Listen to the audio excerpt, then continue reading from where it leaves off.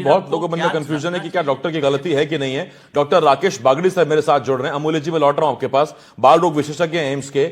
Doctor Rakesh sir, एक बात बताइए, ये सबको क्लियर है ना कि 2023 से इस तरह का नियम है कि 4 साल से छोटे बच्चों को कोल्ड ड्रिप आपको प्रिस्क्राइब नहीं करनी है?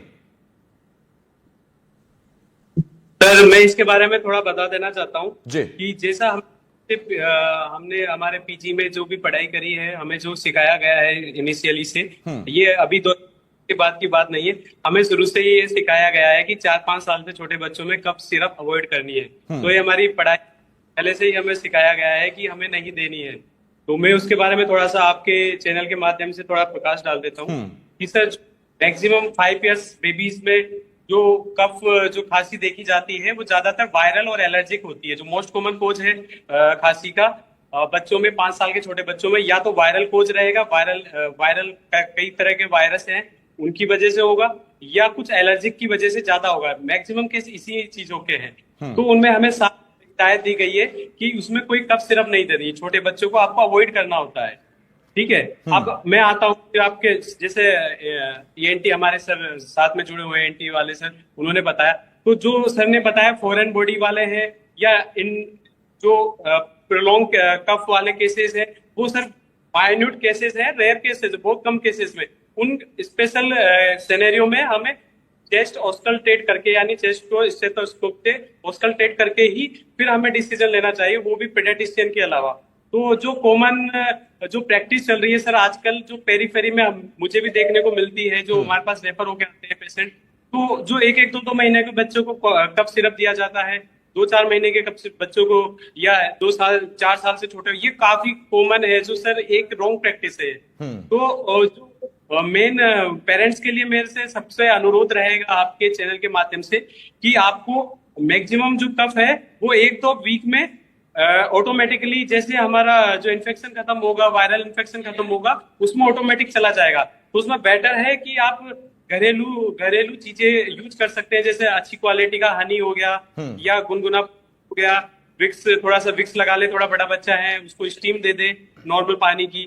ठीक है, गुनगुना पानी इस्तेमाल करें, गुनगुनी चीजें इस्तेमाल करें, तो मैक्सिमम चीजें आपकी बिलीव करें 80 to 90% चीजें इसी से ठीक हो जाएंगी आपकी। एक बात बताइए सर, देखिए एमबीबीएस की और बी फार्मा एम फार्मा की पढ़ाई में बहुत अंतर है, लेकिन आधे लोग पैसा बचाने के चक्कर में पता लगा पहुंच गए मेडिकल स्टोर और वहीं से दवाई ले ली, और बी फार्मा वाले ने भी अपना हिसाब से अपने तजुर्बे से दवाई दे दी। अब अगर इतना ही एक्सपर्ट होते तो फिर डॉक्टर्स की क्या आवश्यकता थी, फिर आपकी या डॉक्टर सत्यप्रकाश दुबे की क्या आवश्यकता थी? लेकिन परिजन ये करते हैं। जी सर, तो उन्हीं को मैं आपके चैनल के माध्यम से उन्हीं को मैं विश्वास दिलाना चाहता हूं कि आपको मैक्सिमम केसेस में आपकी कफ 1-2 वीक में ऑटोमेटिक चली जाएगी। जैसे वायरल इन्फेक्शन कम होगा, मैक्सिमम केसेस में चला जाएगा। कुछ डेंजर साइन होते हैं, खतरे के लक्षण, जो मैं आपको बता देता हूँ इसके माध्यम से, कि जैसे बच्चा सांस ले रहा है, तेज चल रही है सांस नहीं ले पा रहा, बिल्कुल भी कुछ खा पी नहीं पा रहा, बिल्कुल सुस्त लग रहा है, उसमें फिर हमें प्रॉपर्ली एक्सरे करा के, प्रॉपर हमें ऑस्कल्टेट करके फिर उसमें डिसीजन लेना है कि उसका ट्रीटमेंट क्या होगा। लेकिन उसको फिर आपको रेफर करना है, जो आप बोल रहे हैं ना कि फार्मा वाले, मेडिकल वाले।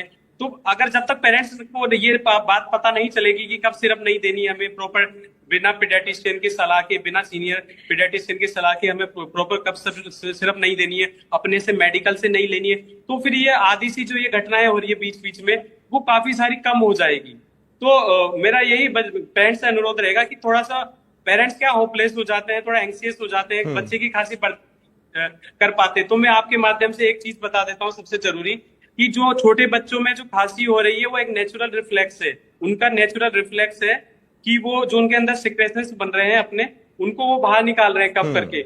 अब वो कफ सिरप दे रहे हैं तो वो क्या कर रहे हैं, हम उनका वो रिफ्लेक्स खत्म कर रहे हैं। तो जो उनके अंदर सिक्रेशंस बन रहा है, छोटा बच्चा कफ बाहर नहीं निकाल पाएगा, जो स्पुटम बन रहा है उसके, वो बाहर नहीं निकाल सकता अपने से। 4-5 साल से छोटा बच्चा वो खांसी के माध्यम से या वॉमिटिंग या लूज स्टूल के माध्यम से ही वो बाहर निकाल रहा है कफ। अब आपने उसको कफ मेडिसिन देके उसका वो रिफ्लेक्स भी खत्म कर दिया है, तो वो कफ सारा चल रहा है उसके अंदर। इसी पर मेरा एक सवाल डॉक्टर सत्यप्रकाश दुबे सर से। सत्यप्रकाश दुबे सर, एक प्रैक्टिस और देखने को मिलती है, ये जो माता पिता है हमारे, क्योंकि जैसा अभी कहा डॉक्टर राकेश ने कि जब बलगम होता है बच्चे उसे निकाल नहीं पाते, जाहिर बात उन्हें तरीका नहीं आता, और कई बार उनको तरीका भी नहीं आता और उनको घिन भी लगती है, तो ऐसे में माता पिता क्या करते हैं, हलक में उंगली डाल के उल्टी करवाते हैं। ये भी कई बार हमने देखा है, कई घरों में होता है ये। तो ये सेफ है कि नहीं है ये तरीका? नहीं, ये तो बहुत ही अनसेफ है, क्योंकि बच्चों का जो लैरिंग्स होता है, श्वसन तंत्र होता है, वो बहुत ही ऊंचा होता है। अगर आप उंगली ज्यादा अंदर डाल देंगे तो कई बारी ऐसी कंडीशन में, मान लो अगर बच्चा उल्टी करता है और बाद में दोबारा से सांस अंदर खींचता है, तो सिक्रेशन सांस की नली में जा सकता है और वो बहुत ही जानलेवा हो सकता है। तो इस तरीके की प्रैक्टिसेस बिल्कुल भी नहीं करनी चाहिए। और जैसे कि हमारे पीडियाट्रिशियन भाई अभी बता रहे थे कि देखिए, बच्चे जो रहते हैं दुनिया में उनसे बड़ा कीमती कोई भी नहीं है हमारे ठीक बात जीवन है। में। और आजकल तो बच्चे लोगों के पास कम ही, इसलिए हमें बच्चे के इलाज के अंदर कुछ भी चीजें ओटीसी